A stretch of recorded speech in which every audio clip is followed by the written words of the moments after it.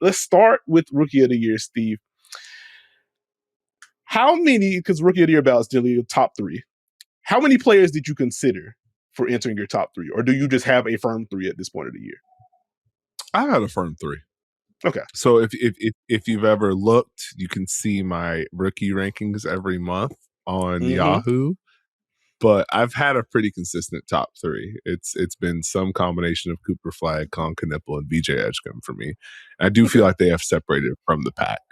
And so for me, it's those 3, and it's just, okay, how do I balance out? Hey, that's me.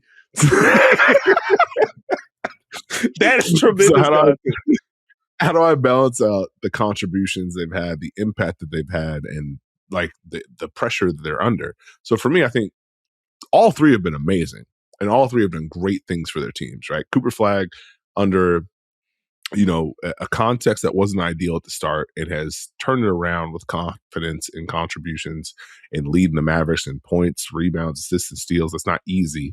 And so that's impact every night. Kon Knueppel has been insane this entire year with his consistency. Shooting the ball the way that he has is one thing.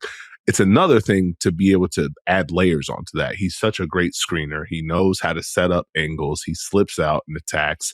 He knows how to create separation when he's off ball, and he's underrated as far as turning the corner and be able to get to his spots, get in the paint, and put pressure on teams. The Sixers are not in the spot they are without what VJ Edgecombe has done.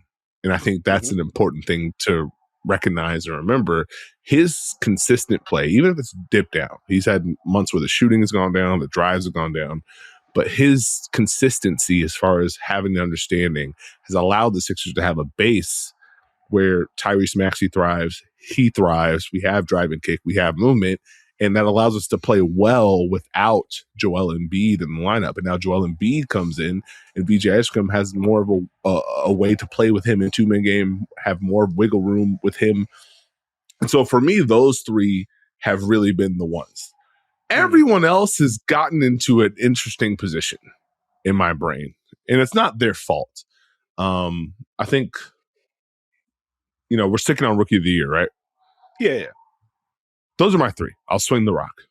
Okay. Have you had some consternation about the top 3? That's a word, right? we will allow it for this episode. No, it is a word, but that's a very funny you working that word into this conversation.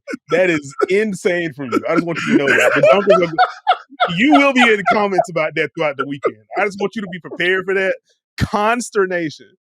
It's just not a word. You're just adding the K for con. That is insane. Anyway, I am in a similar boat as you in that the top 3 is kind of the top 3. I think for me, it's been kind of trying to balance, like, okay, how good is this Derek Queen season going to be? What kind of strides will he make defensively? Because if we see any strides there combined with what the playmaking and the drives, and that's been like, there may be a case for him to kind of crack this top 3. I don't know if he gets to 1 without like injury to somebody ahead of him or like a drastic drop off in the second half of the year. But like, okay, he can at least get into the consciousness for me, break it into the top 3, him battle out with VJ or something like that. And there was a similar bit with Cedric Howard, where he started the season shooting the leather off the ball, that dips, but he still has this responsibility. He's initiating a little bit in Memphis. The off-ball stuff still pops in terms of his spot-up shooting, the cutting, the offensive rebounding. Defensively, he's still taking on tough assignments. Like, okay, do we get an efficiency bump to where he's now challenging VJ? And then if anything happens to the 2 guys up top, I may decide there. But as of recording, I think it is kind of like firm top 3, and then a little bit of a dip before getting to those other 2 and some other names we'll talk about as we transition to the all-rookie teams. But for me, go ahead. Oh, no, I was going to say, I enjoy your graphic of your first team all-rookie.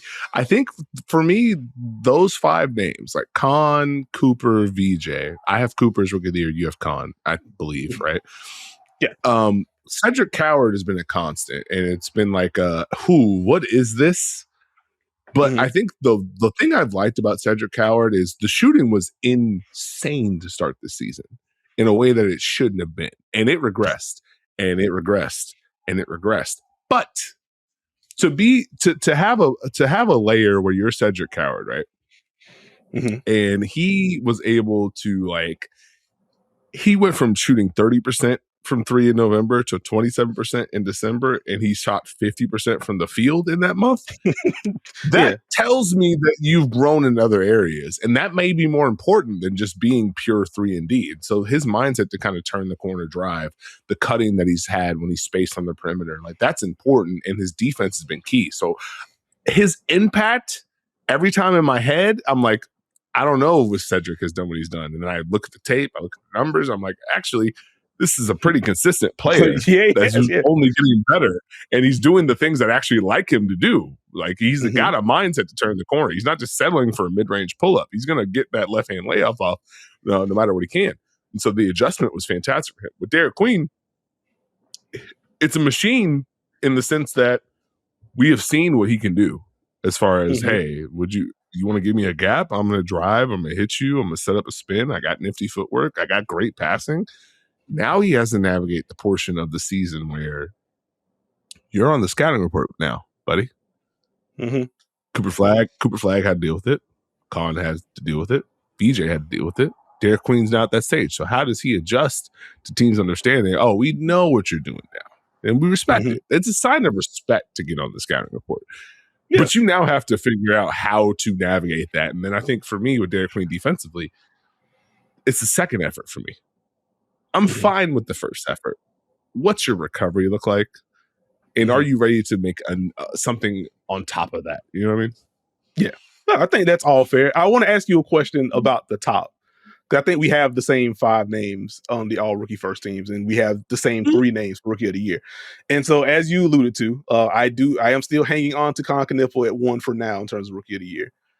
Cooper Flagg at 2. I think you have Cooper Flagg at 1 and Kon at 2. As you made the flip on the last, what was it, December 16th when we talked about Rookie of the Year stuff? I think you had switched, you had got to Cooper at that point. Has the gap between Cooper and Kon widened for you over the last month or so? Is it about the same thing for you, or where are you at with those two? It's not a gap. They're right there together. Like, it's not like this massive deal. I think Cooper Flagg has turned the corner, and I believe the consistent confidence that he's played with and the impact that he's had for Dallas has been important. Not that, like, that doesn't degrade what Kon's done, but I think what Cooper's being asked to do is a whole heck of a lot harder to deal with because of A, the context, and B, like, you're in the Western Conference and we are asking you to basically renew our entire team. So it's not a gap. It's not a gap. You know what I mean? The teeth are straight. We have braces on, and we just got them. We have braces on. So it's not a massive gap between those two. It's 1A, 1B for me with those two. I don't think I would choose another person to be Rookie of the Year outside of those two. But Cooper Flagg's just been so good in this. And I think for me, it's a respect to the growth, because the start of the season for him was tough. Teams were ready for him, and he was trying to figure out, where are my spots? Where am I attacking? How am I getting this done? And to see him understand okay, I can get this left-hand drive off whenever I want. If you give me space, I'm going to turn the corner. I'm going to hit you. I'm going to get a layup. I'm going to get my pull-up. And so the command from Cooper Flagg is where I kind of give him just a little nudge over Kon, who has been insane. You know what I mean? Like, these are two great rookies. I want that to be very, very clear. Yeah, I think that's fair. That's why I just want to see, like, how. I figured, I knew they were close for you, but I was just like, okay, is it closing in because of some stuff Kon's done? Is it starting to widen a little bit because Cooper is continuing to play well? Just wanted to kind of get a gauge there. I think for me, we're keeping our mouth guard in, retainer in at night. We're good. I think that's fair. I think for me, and I said this when we talked about this a month or so ago, it's like, okay, I have Kon right now, but I do think Cooper is closing the gap with what he's been able to do.